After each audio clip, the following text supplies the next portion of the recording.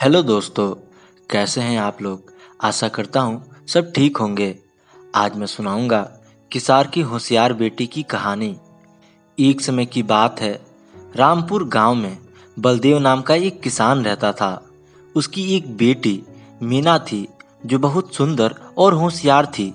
बलदेव के खेत जमींदार के पास गिरवी थे। बलदेव खेतों में मेहनत करके घर का गुजारा चलाता था। उसने 3-4 महीने खेत में काम करके एक फसल उगाई थी, जो फसल अब पककर तैयार हो चुकी थी। बलदेव ने अपनी सारी फसल को बेचकर पैसे कमा लिए। बलदेव फसल बेचकर जो भी पैसे मिलते थे उसके 3 हिस्से लगाता था।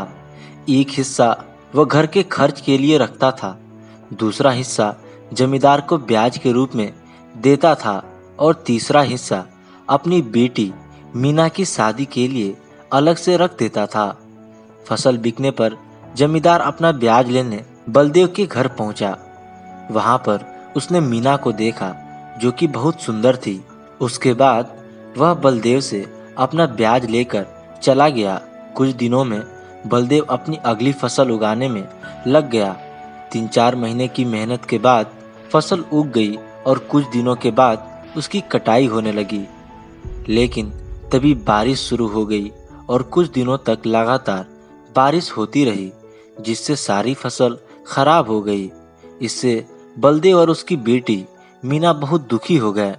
कुछ दिनों के बाद जमींदार अपना ब्याज लेने के लिए बलदेव के घर पहुंच गया। बलदेव ने उसको बताया कि अब की बार बारिश की वजह से उसकी सारी फसल खराब हो गई।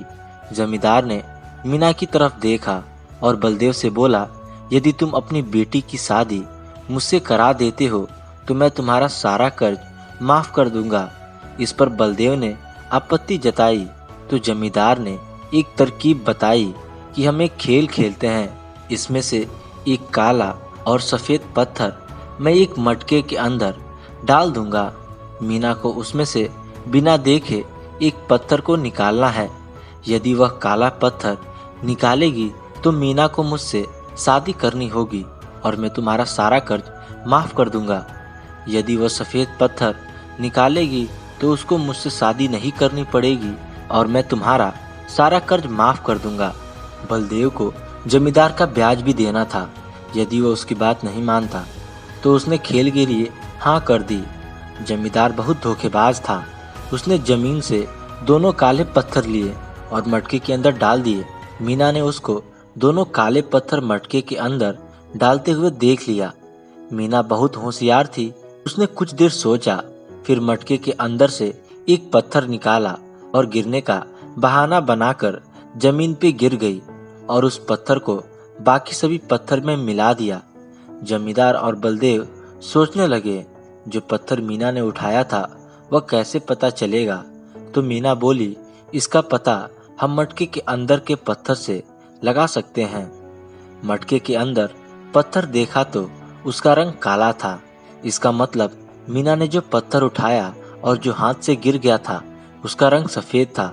इस तरह मीना की होशियारी से बलदेव का कर्ज भी माफ हो गया और मीना को जमींदार से शादी भी नहीं करनी पड़ी।